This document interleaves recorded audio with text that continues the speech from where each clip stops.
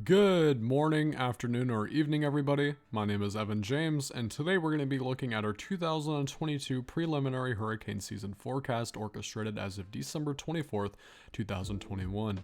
If you guys go on to like this video, make sure to like and subscribe and turn on post notifications so you're reminded every time I upload. Now let's get into our overview.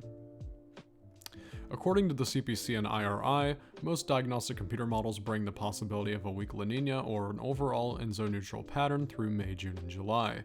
Due to the uncertainty of the pattern during August through November timeframe, these numbers are preliminary and subject to change. This presentation is going to go over the overall pattern that is currently in place and what the future holds when it comes to next year's activity. Here are our sea surface temperatures in June through August. According to the CANCPS model here, we are looking at above average sea surface temperatures here through much of the Caribbean, much of the Gulf of Mexico, and as much of the Atlantic and subtropical Atlantic as well. In the Pacific here, we are seeing about average or maybe slightly above average sea surface temperatures here present in the Pacific. Now, according to the CFS V2, model here, we are currently looking at above average sea surface temperatures in much of the Gulf, Caribbean, Atlantic, and subtropical Atlantic, with way above average temperatures there in the northwestern Atlantic. Over on the Pacific side of things, it's going to be about at average or slightly above average.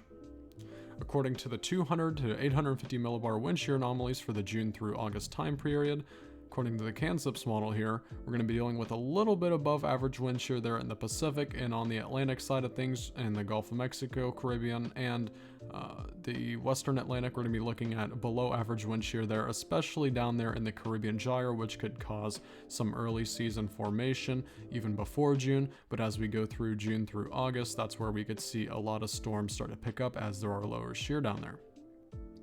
Now, according to the CFS model here, we are looking at below average wind shear throughout much of the Caribbean, the Gulf of Mexico, the Atlantic, and over towards the Western Pacific.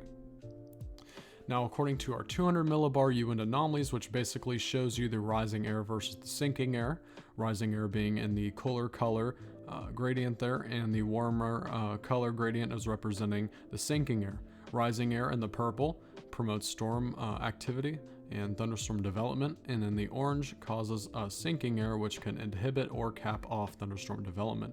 According to the CANCPS model, there seems to be a plethora amount of rising air activity in the Caribbean and Gulf of Mexico and parts of the Atlantic, and a lot of sinking air occurring down there in the Pacific, which could signal a La Nina/cold ENSO neutral phase.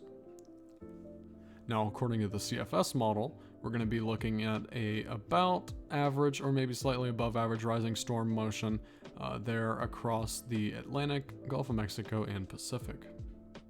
Now on to our IRI and CPC models.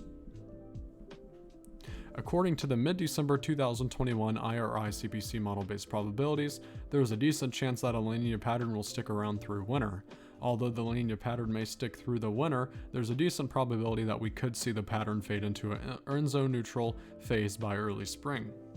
Now, as you can see for the December through February time period at the bottom left, there's a 91% chance that a La Nina will stick around, and by the time we get through February through April, there's only a 59% chance, and as we continue to go on all the way past May, June, and July, those chances of the La Nina sticking around tend to kind of drop off there, with the biggest chance by hurricane season most likely being an ENSO neutral in place.